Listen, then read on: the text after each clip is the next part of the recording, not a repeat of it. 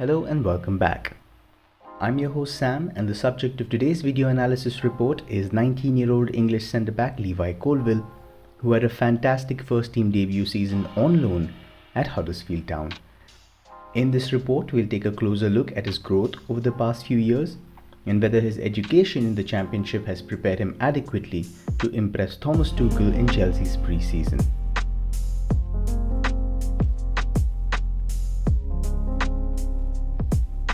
Even before his breakout performances in the Championship, Colwill was earning rave reviews in the Chelsea youth setup. An elegant ball-playing centre-back, he was deployed as the left centre-back in both a back 3 and a back 4 system, with attack-minded fullbacks and wingbacks like Valentino Livramento, Henry Lawrence, Dion Rankin, as well as a creator like Lewis Bate in central midfield. Colwill's primary duty was to retain possession and distribute it to the nearest progressive options.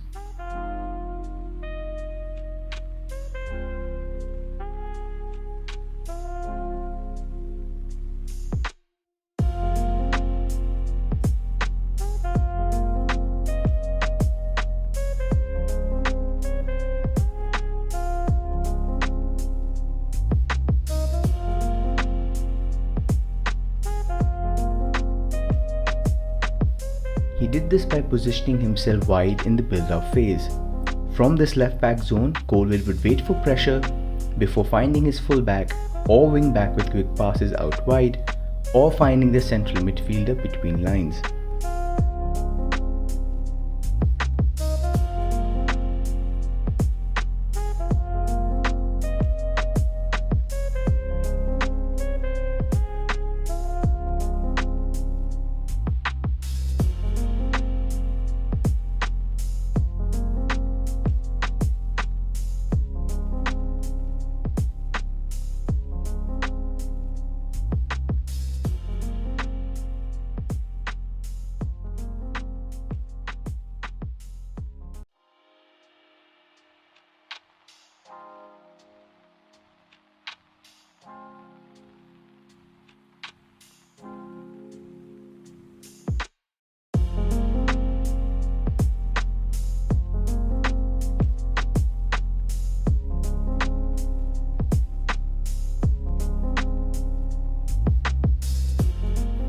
If he drew pressure and his nearest options were marked, he would either play long balls for the wingers and the centre forwards,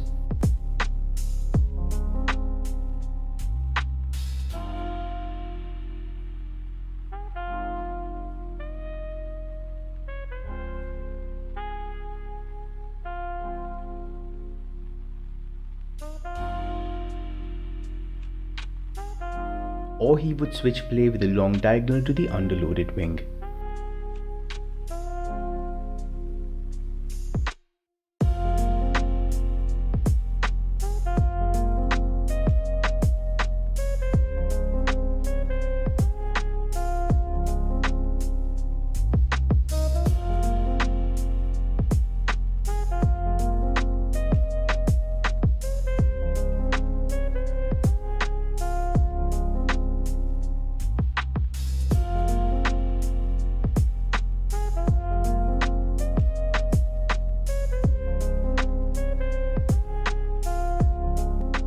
Colwill's confidence in his ability to drive forward with the ball has shades of Ruben Loftus-Cheek.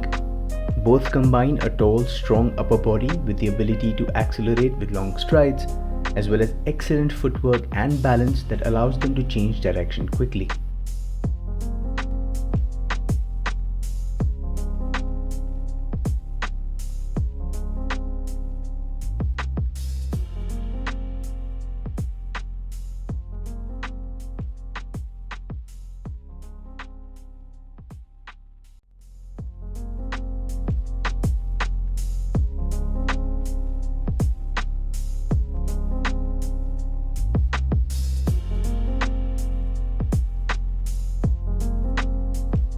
These physical characteristics prove equally useful while defending, allowing him to nullify threats using his speed, positioning, or his strength.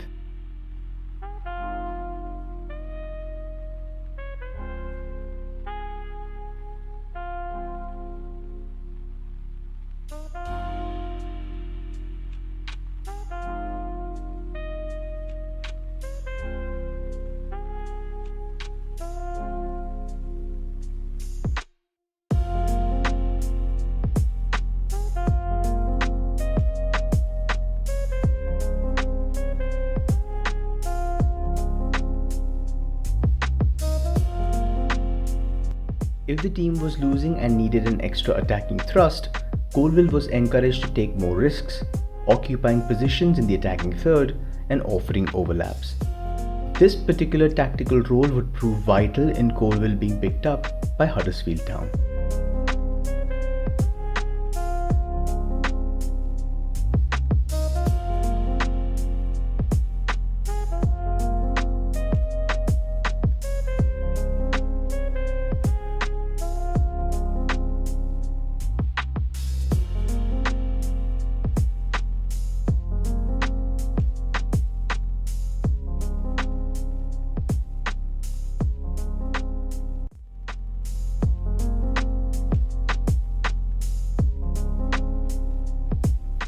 In the 2021 season, Huddersfield played a back four and finished 20th, narrowly avoiding relegation by a meagre 6 points.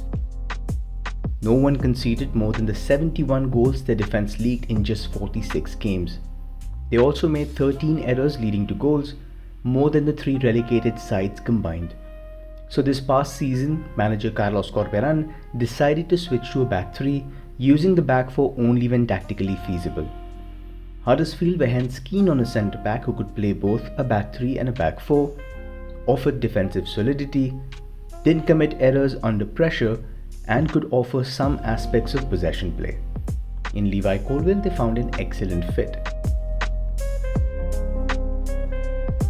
Last season, Huddersfield had an average possession of 47.9%, ranking 13th in the league.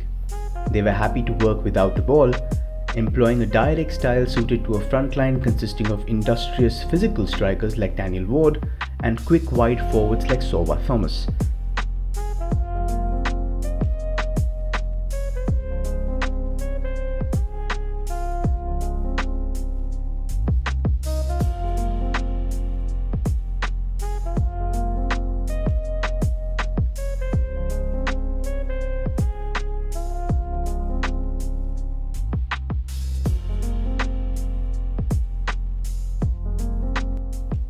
During build-up, Huddersfield used 3, sometimes 4 at the back to offer a stable pace, with Colwill taking up a familiar wide left position. Just like at Chelsea, he had an attack-minded fullback in Harry Toffolo providing width, and a left-footed ball progressor in Lewis O'Brien as the option in midfield. The idea of Huddersfield's build-up was not just to offer steady progression, but to draw pressure, opening up spaces in the opponent's defensive third.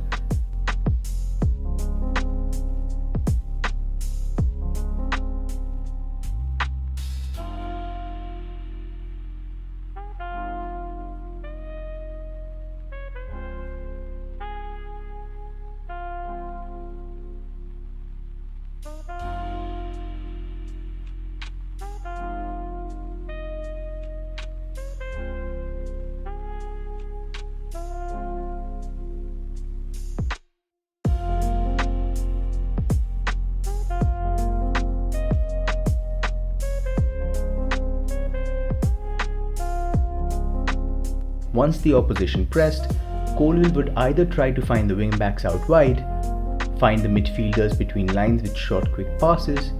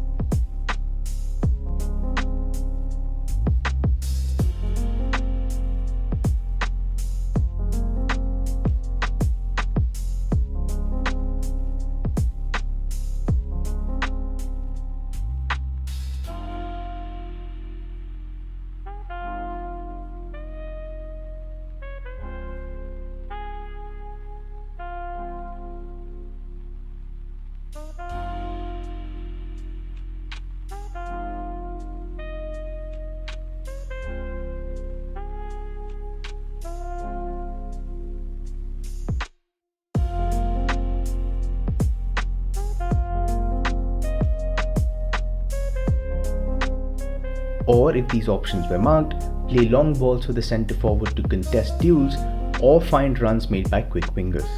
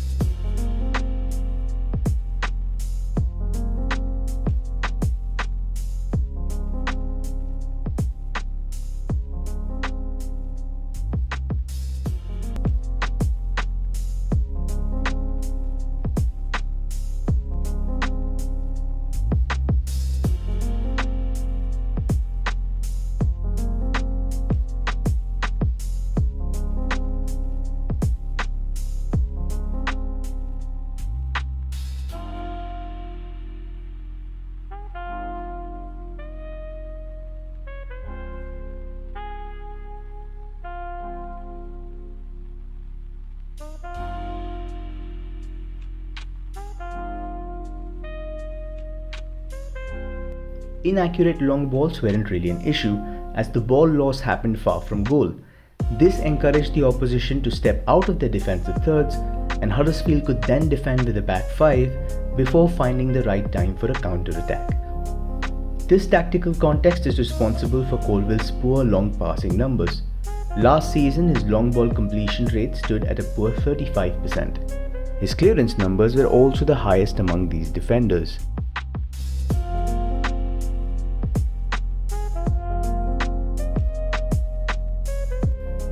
Despite a fairly reactive and defensive-heavy role, Colwill's level-headedness shone through. Even during tough spells, he demonstrated ice-cool temperament and a willingness to trust his ball-carrying abilities to evade pressure or progress the ball through carrying or passing.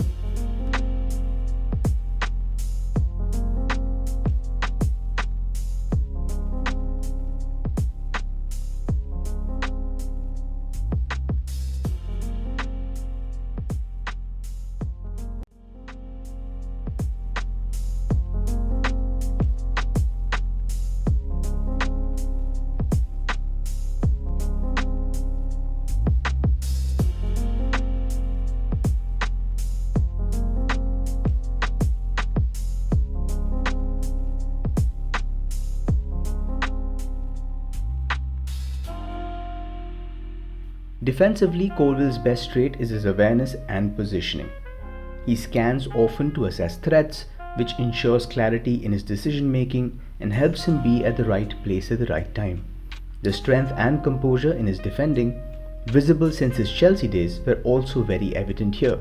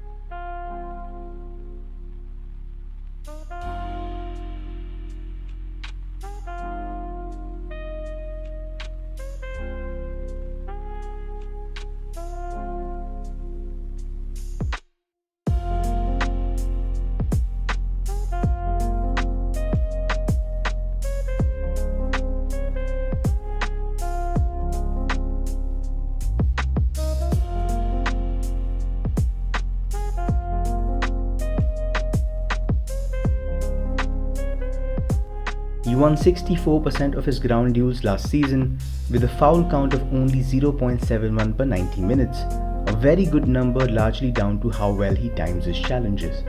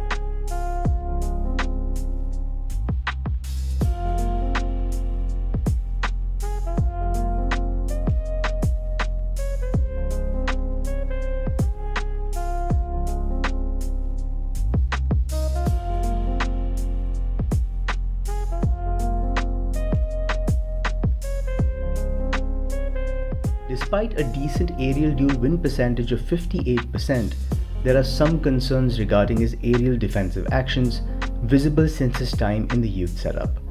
The first is that when challenging in the air, he almost never makes a full leap.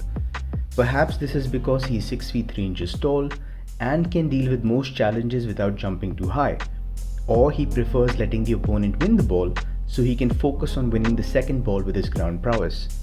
Irrespective, this has led to major issues such as flawed judgment to the flight of the ball, poor positioning, possession losses in important zones, and even direct goal threats.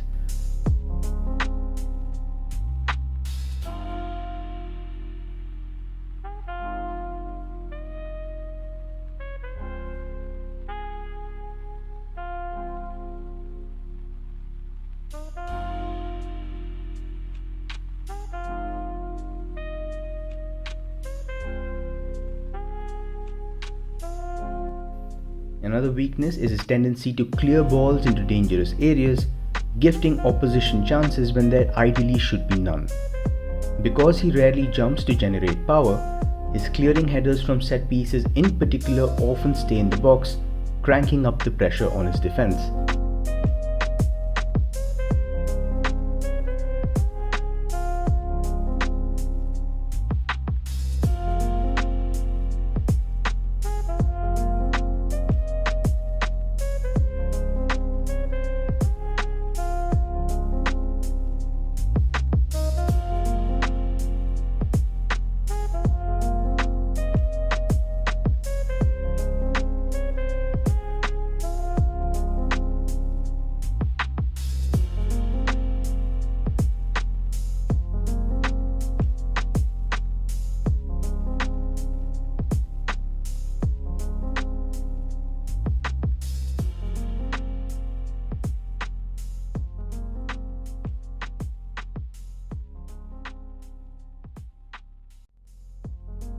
He can also be erratic in situations that merit aggression.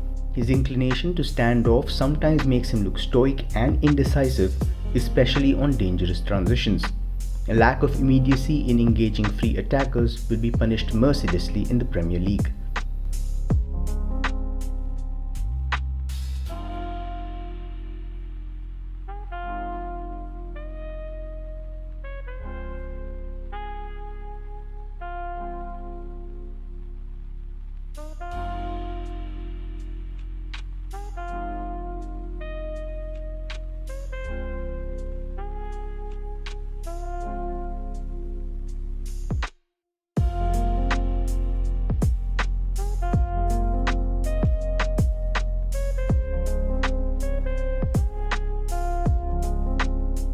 Another minor issue is also regarding his long passing.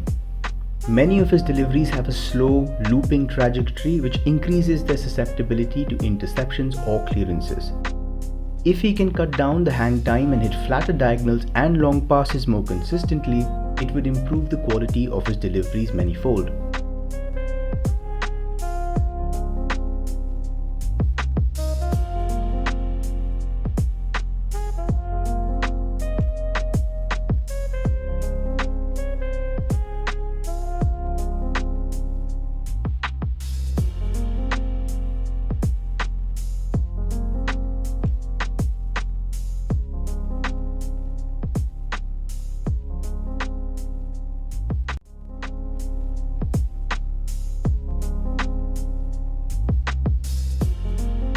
It is fairly easy to go through Colwill's games and numbers and arrive at the conclusion that he isn't ready yet. His passing numbers at around 77% total completion, 35% long passing completion, and a high number of clearances are down more to the system he played in rather than his own shortcomings. For context, here are Reece James's numbers during his loan at Wigan and in the very next season debuting for Chelsea. The vast difference is down to a different playing philosophy and the profile of players in the two squads. There is a strong reason to believe his numbers will be better when he plays for Chelsea and offer a fairer reflection of his overall skill set. Some unpolished aspects of his play, such as decision making and final ball in the attacking third, could also benefit from playing at a higher level and in a possession-based side.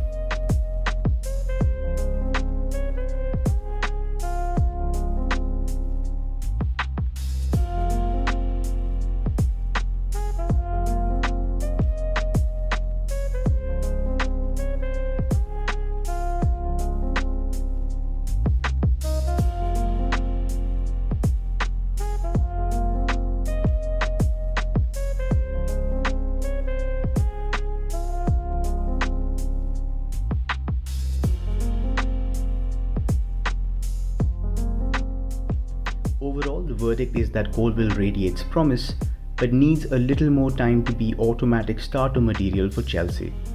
The Huddersfield spell allowed him to develop the defensive side of his game, while giving him a vital 2,513 minutes of experience in a tough league.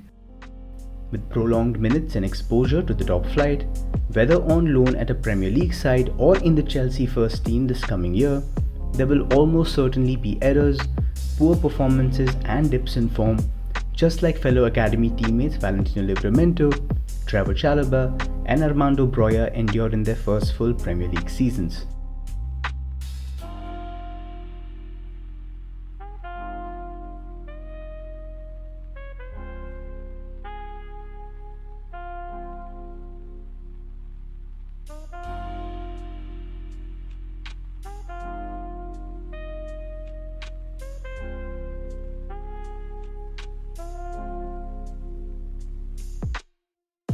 However, within the next year or two, the exponential learning curve could lead to a meteoric rise in quality, similar to those witnessed with Reece James and Mason Mount. More than anything else, patience and regular minutes will be critical to his development, hence a solid loan at a Premier League side could be pivotal in his bid to ascend to the hallowed grounds of the Chelsea first team. As always, if you've made it this far, thank you for your time and your support on my work. Special heartfelt thanks go out to these incredible people for their patronage on the last video. Please feel free to leave a comment sharing your thoughts, and please share the video if you enjoyed tuning in. That's all for now, and I'll see you all soon.